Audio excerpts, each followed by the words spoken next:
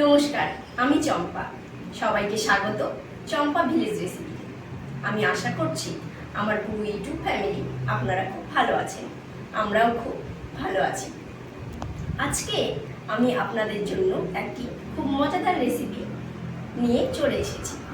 আসুন আপনারা আমার সঙ্গে থাকুন, কেউ স্কিপ করবেন না, তাহলে পুরো ভিডিওটি বুঝতে পারবেন না, কোনো জায়গায় মিস করে যেতে পারেন। ভিডিওটি ভালো লাগলে অবশ্যই সাবস্ক্রাইব করবেন এবং পাশে থাকা বেল আইকনটিকে অবশ্যই প্রেস করে রাখবেন, যাতে আমি নতুন কোনো ভিডিও আপলোড করলে অবশ্যই নোটিফিকেশানটি আপনার কাছে পৌঁছে যায়। এবং ভিডিওটি ভালো লাগলে একটি লাইক এবং কমেন্ট অবশ্যই করবেন। সাথে থাকুন। আসুন তাহলে আমরা এখন কিচেনে যাই। এখানে আমি 300 মতো কাতলা মাছের ডিম নিয়েছি। এটা দিয়েই আমি এমন একটি রেসিপি আপনাদের সঙ্গে শেয়ার করব, সম্পূর্ণ একটি নতুন রেসিপি। এই ডিমটিকে প্রথমে আমি ভালো করে ধুয়ে নিলাম। এবার এটিকে আমি বেশ ছোট ছোট করে কেটে নেব। কেটে আমি একটু নুন হলুদ মাখিয়ে নেব।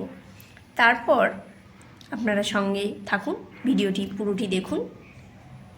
মাছের ডিমগুলোকে আমি একটু করে বেসন ভরিয়ে নিয়ে ভেজে নেব, তাহলে এটা ভাজার সময় যে এটা ফুটে ওঠে বা ছিটকে ছিটকে পড়ে, গায়ে পড়ে, তাহলে সেই জিনিসটা হবে না।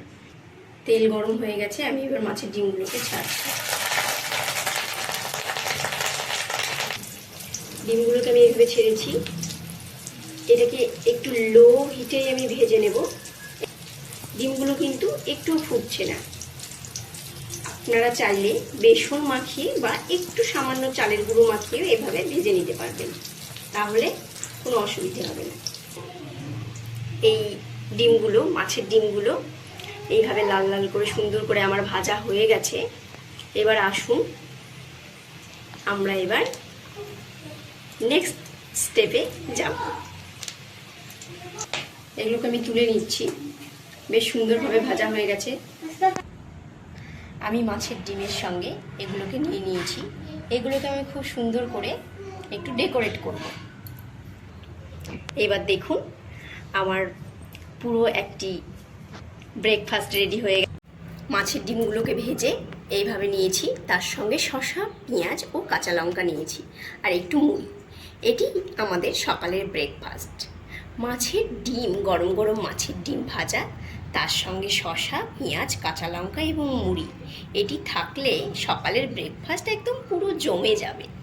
আপনাদের এই ভিডিওটি কেমন লেগেছে এবং এই সকালের নাস্তা বা ব্রেকফাস্টটি কেমন লাগছে অবশ্যই জানাবেন।